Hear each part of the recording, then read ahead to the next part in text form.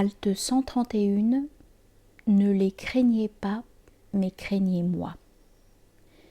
Le Très-Haut, qu'il soit exalté, a dit, ne les craignez pas, mais craignez-moi si vous avez la foi. Sourate 3, verset 175. La crainte est de deux sortes. La crainte d'Allah, qu'il soit exalté, et la crainte des créatures. La crainte d'Allah, c'est une crainte de vénération, de glorification, une crainte révérentielle.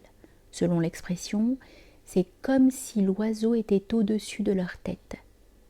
Ce n'est pas la crainte d'une oppression tyrannique, mais la marque d'un respect pour la majesté divine. C'est la crainte enjointe dans ce verset qui est celle des connaissants réalisant l'unité selon leur degré respectif d'envoyés, de prophètes, d'anges et de saints.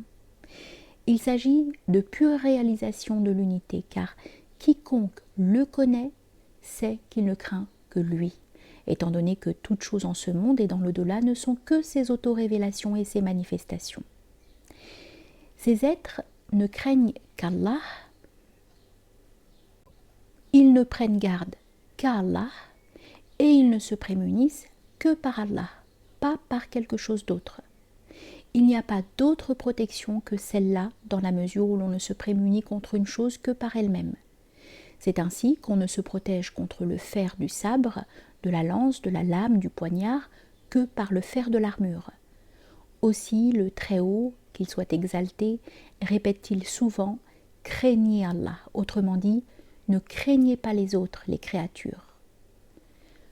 Faisant l'éloge de ceux qui craignent Allah et se prémunissent par lui, le Très-Haut, qu'il soit exalté, a dit « En vérité, ceux qui ont la crainte pieuse, lorsqu'entre en contact avec eux une influence venant de Satan, ils s'efforcent d'invoquer et instantanément ils sont clairvoyants. » Sourate 7, verset 201. C'est à cause de ce point que le verset ne mentionne pas séparément celui que l'on craint et celui par lequel on se prémunit, car ceux qui ont la qualité décrite dans le verset, lorsqu'ils sentent une suggestion satanique leur arriver, comme peut le faire une influence subtile errante, à la manière du voleur à la dérobée, cela se concentre dans l'invocation de Dieu.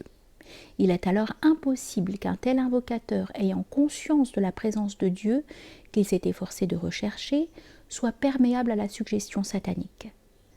Ces êtres qui craignent Dieu et se prémunissent par lui sont comme l'envoyé d'Allah qui disait « Je me réfugie en toi contre toi ». De même, dans l'ordre sensible, quiconque pressent un ennemi a aussitôt présent à l'esprit le fourmillement et les armes nécessaires pour se protéger de ce dernier. Et instantanément ils sont clairvoyants, contemplant directement Dieu en qui et contre qui ils se prémunissent. Ils se rabattent vers lui, s'en remettant totalement à lui, et cette contemplation chasse Satan et ses ruses de leur esprit. Celui-là s'en retourne dépité et contrarié, car son dessein était de leur porter préjudice, alors que finalement ils en tirent profit grâce à leur prise de conscience de la présence du Très-Haut vers lequel ils se sont rabattus.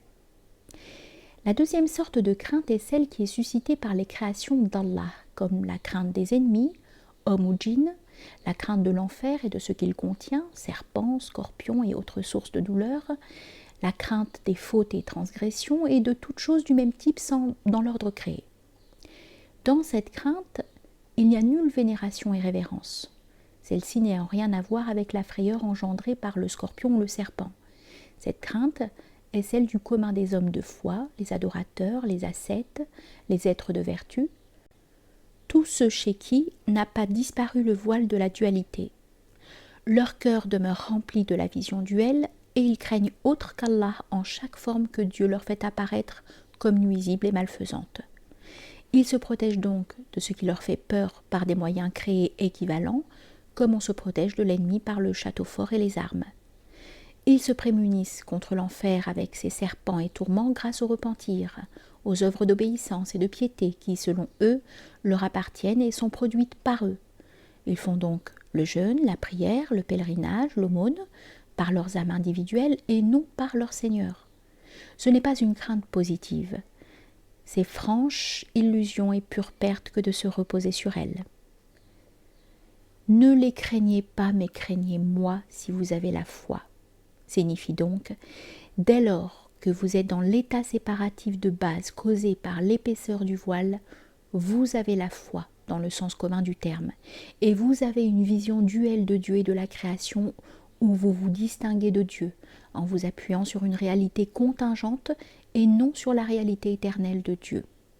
Vous devez alors, pour rendre pure cette foi commune, me craindre, moi, à l'exclusion des créatures, sachant que ces dernières ne peuvent être ni nuisibles ni utiles.